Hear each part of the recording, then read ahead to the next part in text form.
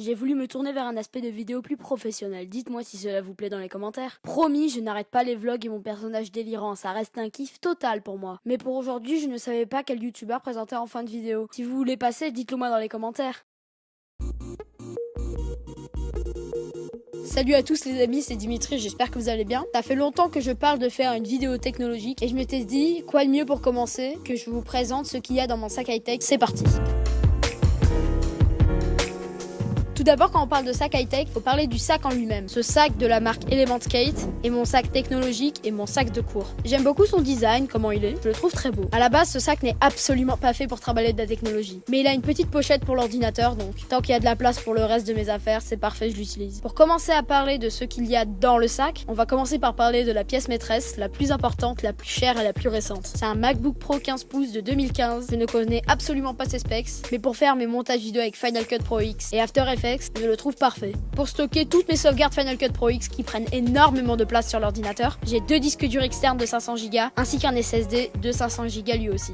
Sur les disques durs, je mets surtout ce qui est photo et vieilles sauvegardes Final Cut Pro. Alors que sur le SSD, je mets mes sauvegardes Final Cut Pro X et plus récents. Comme ça, si je les veux, pas la peine de les remettre sur le Mac, il y a juste le disque dur connecté et je peux travailler dessus. Maintenant, parlons un peu d'audio. C'est simple, avec moi, j'ai uniquement deux micros. Le Rode Video Mic Me de Rode avec lequel je suis en train d'enregistrer cette vidéo, ainsi que son Dead Cat qui est fourni avec, ainsi que ce micro-cravate Boya que je n'utilise pas actuellement pour la simple raison qu'il y a du vent et que j'ai perdu la petite bonnette anti-vent. Mais quand je filme en intérieur par exemple, j'aime beaucoup utiliser ce Boya, même si je l'ai jamais utilisé, promis un jour je l'utiliserai. Petite note assez importante que j'ai oublié de préciser, même si le Rode Video Mic Me je peux le connecter à mon iPhone et donc vlogger avec, je préfère quand même vlogger avec mon bridge qui est un Nikon Couplix P510 qui est actuellement en train de filmer cette vidéo. Ce Nikon Couplix P510 que je trimballe dans cette petite sacoche et pour laquelle j'ai 5 batteries et le petit truc pour recharger les batteries. Mais bon, ça c'est pas très intéressant. Je vais pas vous parler de tous mes câbles micro USB et Lightning car c'est pas vraiment intéressant, c'est juste des câbles finalement. Mais pour tous ces câbles de recharge, j'ai une multiprise où j'ai mis 3 adaptateurs secteur USB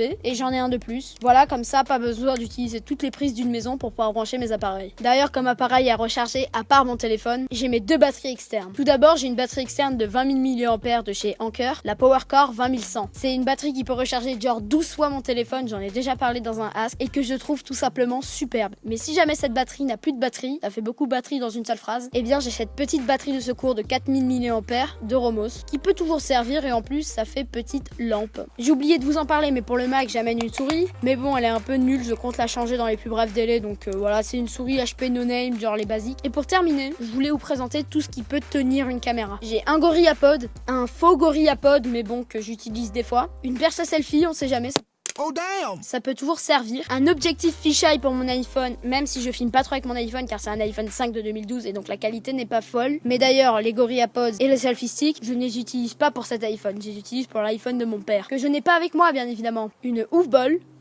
Et finalement, un achat assez récent, mon stabilisateur que j'utilise uniquement avec le téléphone de mon père, qui fait de beaux plans très stables. Il y en a quelques-uns dans mon Devlog 6. Et si vous voulez un test de ce stabilisateur, mettez un pouce en l'air et un commentaire sous la vidéo en me disant « Ouais, je veux bien ». Donc voilà, c'est la fin de cette vidéo. Tu peux t'abonner à ma chaîne YouTube, mettre un like si cette vidéo t'a plu, mettre un dislike si cette vidéo t'a pas plu et me dire dans les commentaires pourquoi elle t'a pas plu pour que je puisse m'améliorer. Me chiffre sur mon Snapchat et sur mon Instagram, c'est @dimitrionthefly. Merci d'avoir regardé la vidéo. Bonne journée ou bonne soirée.